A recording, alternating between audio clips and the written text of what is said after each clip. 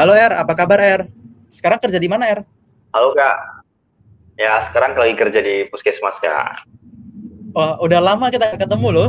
Udah dari semenjak kita Oh, udah. kuliah loh. R, ngomong-ngomong nih, aku agak penasaran Iya nih, sih. boleh? Kan sekarang kan lagi, kita ngomong kan lagi urgent ya kan tentang COVID ini ya. Betul, Kebetulan lagi. banyak juga Mm-mm. pasien yang curhat katanya itu mereka itu takut untuk berobat. Nah, terutama kayak berobat ke puskesmas, ke rumah sakit. Nah, aku penasaran aja nih, kan lagi COVID Mm-mm. nih. Pasien Ya, di puskesmas itu banyak atau enggak sih? Atau malah berkurang sih jumlahnya? oh gitu. Ya, sebenarnya sih Kak, kalau lihat dari beberapa bulan ini, kan kita kan punya kejadian atau kasus ini kan mulai bulan Maret ya, betul ya Kak ya? Mulai bulan Iya, Maret. betul. Nah, Maret, April, Mei, Juni sampai sekarang. Nah, memang pasien yang ada di puskesmas, khususnya di tempat saya kerja nih Kak, itu memang mengalami penurunan. Nah, kayak gitu.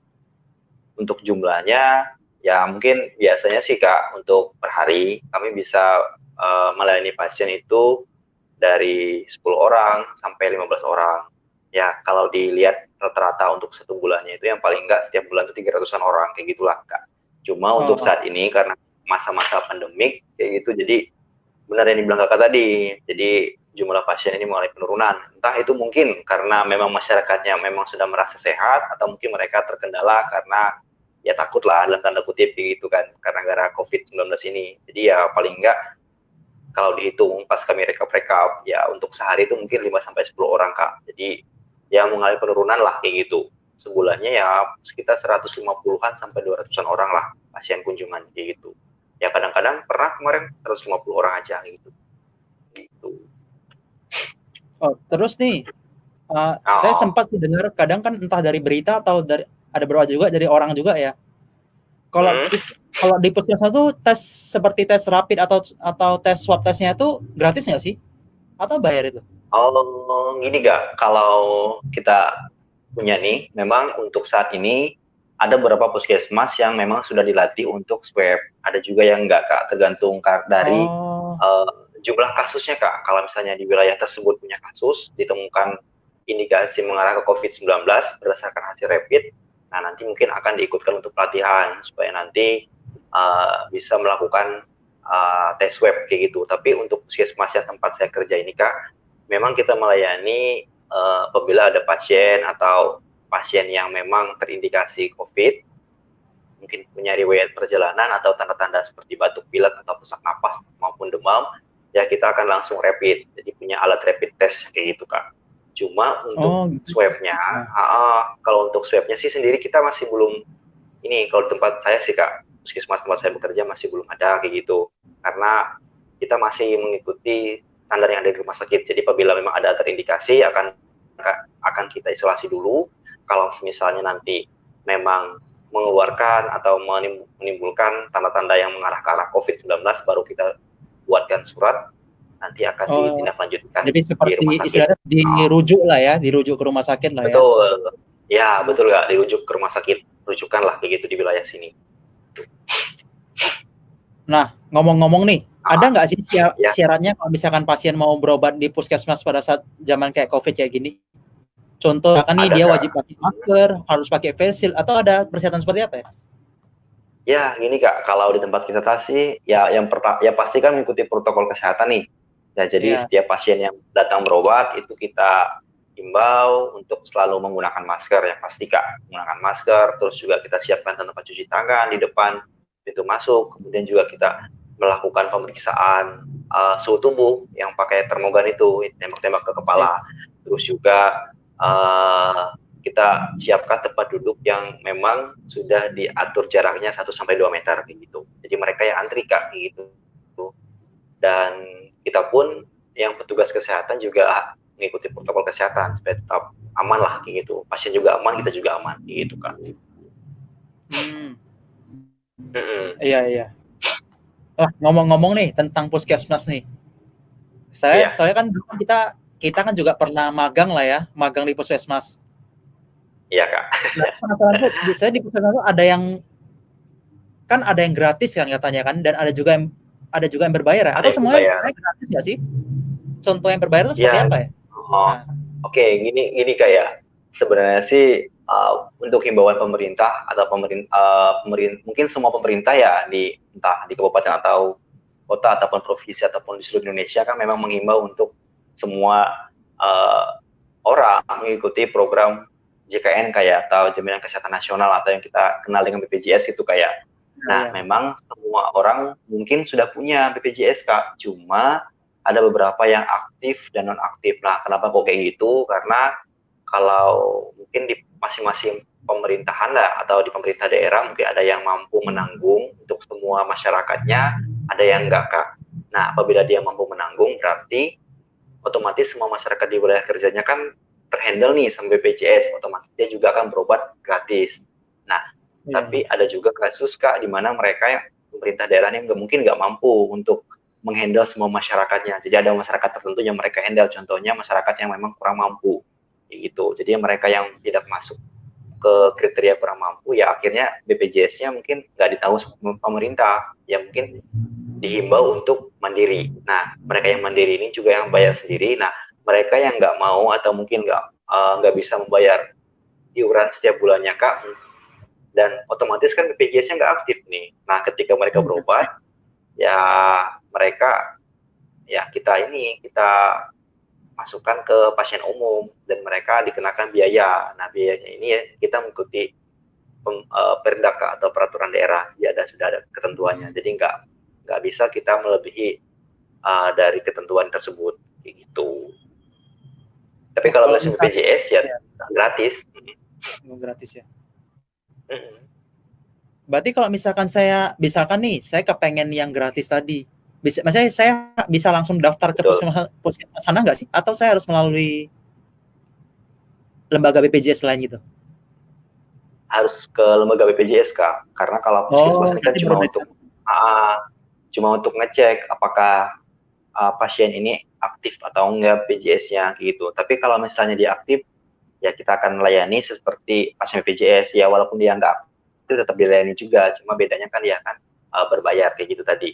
Nah, terus kita himbau juga kalau seandainya pasien juga mau gratis dapatnya ya misalnya kayak gitu berobat, nah berarti nanti dia juga harus mengurus ke lembaga BPJS-nya Kak, entah dia bayar mandiri atau mungkin dia merasa karena kurang mampu, mungkin dia akan koordinasi sama pihak desa Kak, supaya nanti dari desa akan berkoordinasi dengan dinas tertentu dan dinas tertentu juga akan berkoordinasi dengan BPJS supaya nanti ditanggung lah sama pemerintah kayak gitu. Karena ada juga Kak program dari desa itu yang menghandle atau menanggung masyarakatnya yang kurang mampu kayak gitu. Memang semuanya diarahkan sih untuk mengikuti program ini supaya ya masyarakat juga pada saat berobat otomatis gratis juga, dan pada saat misalnya dia perlu dirujuk ke rumah sakit dan dia juga nggak repot-repot nanti untuk mengurus lagi dan langsung akan diproses ininya pengobatannya kayak gitulah Kak. Berarti sebenarnya banyak banget benefitnya ya kalau kita tergabung dalam BPJS ini ya? Oh iya banyak Kak, banyak keuntungannya kalau kita ikut BPJS. Gitu kan. Ada kelas-kelasnya, kelas 1, 2, 3. Kan banyak keuntungannya. Kalau ngurusnya itu susah nggak sih sebenarnya? Ngurusnya itu susah nggak sih? Sebenarnya sih nggak susah sih Kak ngurusnya Kak. Mungkin yang jadi kendala oleh masyarakat mungkin beratnya mungkin di iurannya Kak. Untuk setiap bulannya mungkin ya, karena kan harus bayar nih setiap bulan. Ya mungkin ada orang yang mungkin mampu dan ada yang enggak kayak gitu kan. Kan ada kelas-kelasnya, kelas 1, kelas 2, kelas 3. Yang kelas 3 mungkin biayanya mungkin yang paling rendah lah. Tapi kalau misalnya diikutkan BPJS ya menguntungkan juga, maksudnya cuma beda kelas aja tapi untuk kualitas pelayanan juga tetap sama kayak gitu.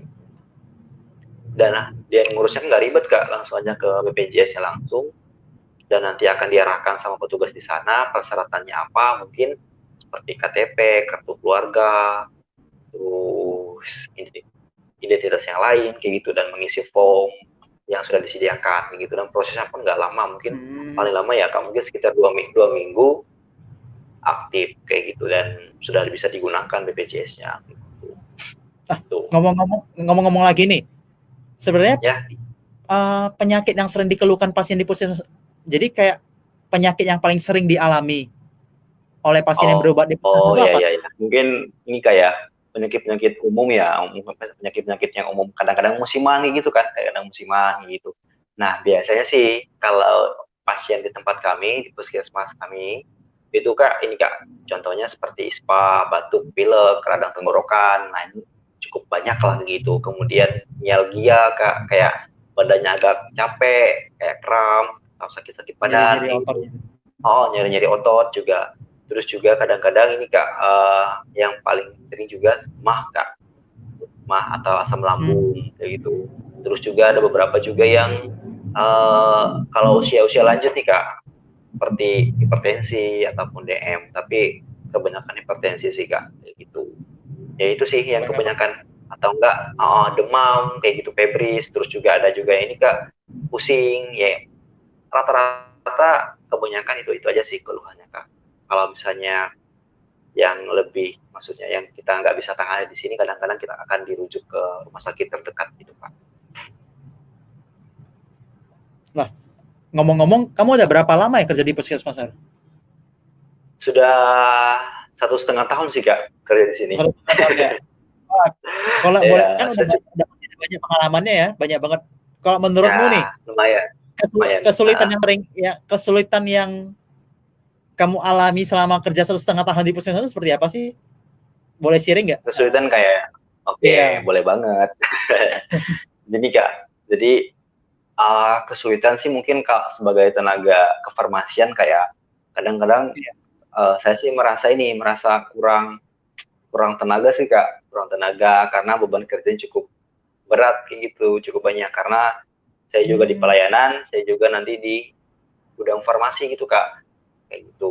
Dan agak gimana ya, kadang-kadang agak kewalahan juga sih, tapi tetap bisa jalan sih Kak, gitu. Jadi kadang-kadang kita pulangnya agak molor kayak gitu, atau mungkin jarang lah bisa santai-santai gitu Kak, karena setelah pelayanan misalnya ada pasien resep masuk, kita kan melayani nih, terus juga kita akan ngecek ketersediaan obat. Kalau misalnya ada yang kurang, akan kita ambil ke gudang farmasi. Jadi ya kayak gitu, kadang-kadang bolak-balik lah kayak gitu. Kayak kadang-kadang merasa kalau pasien juga banyak, terus kita juga yang dikerjakan juga banyak, kadang-kadang kayak merasa gimana ya, capek sih. Iya, iya. Kayak merasa tenaganya kurang lah kayak gitu dibandingkan tenaga kesehatan yang lainnya kayak gitu Kak. Tapi ya selama ini ya puji Tuhan bisa berjalan dengan baik lah kayak gitu. Gitu Kak. Emang ada berapa orang sih sebenarnya dalam ruang lingkup puskesmas itu? Masih ada berapa orang yang bekerja sih? Ya, kayaknya sih gini Kak, tergantung dari jumlah masyarakat di wilayah kerja gitu. Kalau misalnya masyarakatnya lebih banyak, mungkin tenaga juga akan lebih banyak, karena akan berpengaruh kan Kak ke ininya, pelayanan juga. Nah, kalau tempatku ini kita cuma ada 2 orang Kak tenaga Hah? kefarmasiannya. Dua Dua orang. orang? Iya, satu apoteker, satunya TTK, tenaga teknis kefarmasian gitu. Makanya kadang-kadang kita agak kewalahan lah, kayak ini, Gila, kayak lumayan berat loh. kerjain. Soalnya dulu kayak Iya, pas dulu saya praktek dulu juga puskesmas kan banyak banget tuh orangnya ya. iya, Sekitar ada 5 orang atau 6 orang gitu. iya. Ada beberapa Kalau sih, beberapa puskesmas. ada berapa emang ya? Kalau dokternya di tempatmu? Gimana? Di Oh, tempatmu kalau ada dokternya dokternya? Ada berapa orang? ada ada 2 Kak dokternya, Kak, dokter umum semuanya. Oh, Tuh, jadi gantian pelayanannya. pantas itu bukan berat lagi, berat bener itu. Kalau cuma 2 orang yang Iya, ngelayanin. kayak berat banget Kak. Itu apalagi kalau misalkan 1 orang nggak datang aja, itu udah kayak ngelayani Iya. sendiri tuh 1 orang nggak datang. Pernah nggak sih kayak 1 orang? Pernah nggak sih? Pernah. Pernah Kak, pernah banget. Aduh, rasanya capek. Ya, soalnya kan gimana ya Kak, kita akhirnya kan bolak-balik nih, ngerjain di gudang juga kita gitu kan, nyetok, kita yang di ruangan juga kita nyetok juga kan, terus ngelakuin yang lain, misalnya kayak ada resep narkosiko masuk, kita juga harus buat catatan, terus juga kita juga ngitung jumlah obat untuk besok gimana, harus ke gudang lagi ngambil obatnya gitu kan, biar nggak ada kekosongan pas pelayanan gitu kan Kak. Terus juga ngerjain laporan lah gitu kalau sudah akhir bulan, ya Iya, cukup iya. banyak lah. Terus kita juga ngelayanin dari apa namanya, puskesmas pembantu, pustu kan. Nah, mereka kan juga ada ini Kak, ada permintaan obat. Jadi kita juga harus supply ke mereka juga dari puskesmas induk lah kayak gitu. Makanya ya paling berat tuh kadang-kadang akhir bulan sama awal bulan lah. Iya. Itu kayak akhirnya tuh istilahnya seperti laporan tahunan lah atau laporan akhir bulan lah gitu. Itu di mana-mana pun berat juga. Semua orang pekerjaan juga berat. Ya di akhir bulan. Gitu. Pokoknya beban pikiran dan fisik. Tapi nggak apa. Semangat terus kok Kak, tenang aja. Kalau hal yang tadi kan udah ngomongin hal yang susah ya. Kalau hal yang spesial nih, selama kamu kerja, ada nggak sih hal yang spesial? Oh iya Kak, kalau hal yang spesial sih, kan kadang kalau kita kerja kan ada suka dan dukanya kayak Kak. Nah ini mungkin sukanya ya sukanya sih kita punya banyak teman nih dari berbagai profesi, perawat, bidan, dokter, gizi, kesehatan masyarakat dan lain-lain Kak. Karena lingkup kita kan lebih kecil nih dibandingkan rumah sakit, jadi kita akan lebih akan lebih dekat lah dibandingkan yang lainnya kayak gitu kan, karena kita lingkupnya satu gitu kan dan nggak terlalu luas juga. Jadi kalau kita punya permasalahan misalnya ada kegiatan dan lain-lain juga, kita juga akan lebih enak kerjasamanya Kak. Terus juga Kak di sini juga karena mungkin kita di pelayanannya, jadi ketemu pasien tuh macam-macam gitu kan, ada yang mungkin suka ngomong, ada yang diam, ada yang cuek. Nah itu rasanya salah satu tantangan sih gitu. Jadi itu sukanya di situ juga. Jadi gimana caranya kita supaya bisa menghadapi itu Kak. Contohnya Kak, misalnya ada pasien yang mungkin pendengarannya kurang nih, jadi kita harus cari cara nih gimana supaya bisa kasih tahu dia cara pakai, aturan pakai, jaraknya berapa jam gitu kan. Jadi kadang-kadang ditulis di kertas nih. Ya itu salah satu pengalaman yang spesial sih menurut saya sih, kayak apa ya, kayak sesuatu yang membahagiakan, yang nggak umum dan menarik lah gitu lah. Iya. Bisa membantu orang tuh rasanya puas banget gitu Kak. Iya. Gitu. Lah kalau tentang ini puskesmas, kalau puskesmas itu dia punya program istilahnya kayak program spesial nggak sih? Mana tahu kayak contoh nih dia ada program baksosnya atau program kayak yang kita sering sebut tuh home care, jadi kayak ke rumah pasien buat ngecek kesehatannya, ngecek kondisinya. Itu ada nggak? Ada Kak. Jadi kita punya banyak program nih Kak. Ada program-program kan di puskesmas ini kan ada beberapa program Kak. Nah programnya ini contohnya seperti program kesehatan kerja, program kesehatan jiwa. Nah kalau contohnya kayak program kesehatan jiwa, kita akan kunjungan Kak ke rumah-rumah pasien yang memang terindikasi gangguan kejiwaan kayak gitu dan sudah pernah ditangani oleh dokter spesialis jiwa. Jadi tinggal istilahnya itu rawat jalan lah dari rumah gitu, dan obatnya kita ambil dari puskesmas. Nah gitu Kak, dulu saya juga ikut ke sana kunjungan kayak home care lah kayak gitu. Kunjungannya ini dilakukan setiap 3 bulan sekali. Jadi kita kunjungan ke rumah pasien yang gangguan kejiwaan, kita juga bawa obatnya, dokter juga ada, perawat juga ada, apoteker juga ada. Terus kita sambil edukasi, kita kasih tahu cara pakai obatnya gimana, terus juga pola hidupnya yang gimana supaya kualitas hidupnya juga meningkat. Jadi kita juga memberikan pelayanan yang terbaik lah kayak gitu Kak. Kunjungan-kunjungan seperti home care gitu. Juga ada penyuluhan Kak, apalagi kayak di zaman masa-masa pandemi COVID nih gini. Jadi banyaklah kegiatan-kegiatan yang dibuat lah kayak gitu Kak, untuk menyadarkan atau menghimbau masyarakat supaya hati-hati terhadap wabah COVID-19 lah kayak gini. Entah itu mulai poster, spanduk, himbauan melalui siaran keliling kayak gitu, pakai ambulan, jalan-jalan kayak gitu kan, sambil ngomong-ngomong kayak gitu. Terus juga lewat medsos, macam-macam lah Kak yang kita buat selama masa pandemi lah gini. Yang biasanya kan kita kan kegiatannya kan di luar terus nih. Nah ini kita semacam diubah lah kayak gitu, dibuat inovasi lah Kak supaya masyarakat tetap tersentuh dengan pelayanan kita selama masa pandemi kayak gini gitu. Jadi ya berbagai macam cara lah dilakukan kayak gitu, tapi tetap mengikuti protokol kesehatan lah kayak gitu. Aku sempat ngeliat kan kayak kamu tuh pernah upload postingan ya, yang sampai kayak pakai baju kayak baju astronot gitu ya? Atau baju kesehatan itu pasti masih acara apa ya itu ya, Ren? Oh ini Kak, dulu kita ini acaranya acara ada kan di Kalimantan Tengah sekarang kan ini Kak mau ada pemilu nih pemilihan gubernur. Nah kemudian kemarin Dinas Kesehatan itu Kak kerjasama dengan KPU. Nah dan kebetulan karena KPU-nya itu kan istilahnya kan banyak tempat nih Kak. Nah salah satunya di kecamatan di tempat saya gitu, tempat saya dan di wilayah kerja puskesmas saya. Jadi akhirnya kita diminta untuk melakukan pemeriksaan rapid Kak. Jadi ke semua petugas KPU yang akan menjalankan tugas yang akan terjun langsung ke masyarakat kayak gitu. Jadi kita di bawah misalnya dipantau sama dinas kesehatan dan kita dari puskesmas yang menjalankannya kayak gitu. Ya mau nggak mau Kak pakai pakaian astronot supaya lebih aman kayak gitu. Karena yang kita cek juga banyak di kemarin nih 100 lebih orang lah kayak gitu. Dan berisiko kan Kak kalau kita nggak ini nggak pakai gitu. Betul. Gitu kan orangnya kan dari mana-mana. Iya. Karena gini juga sih Mas R, meskipun kadang kita contoh nih kita pakai baju lengkap aja, kadang kita tetap masih bisa terinfeksi sama virus ini kan. Jadi sebenarnya nggak ada jaminan. Ya kita bisa membekali semaksimal mungkin aja.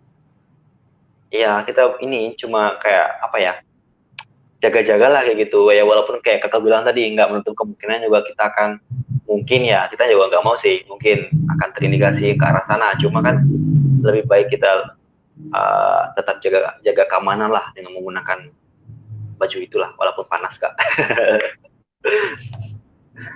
Lah R, ngomong-ngomong nih, mungkin sedikit nanya juga sih, ada nggak sih kayak keluarga atau kerabat dekatmu yang memang istilahnya itu atau orang yang kamu kenal lah kayak positif kena COVID ini?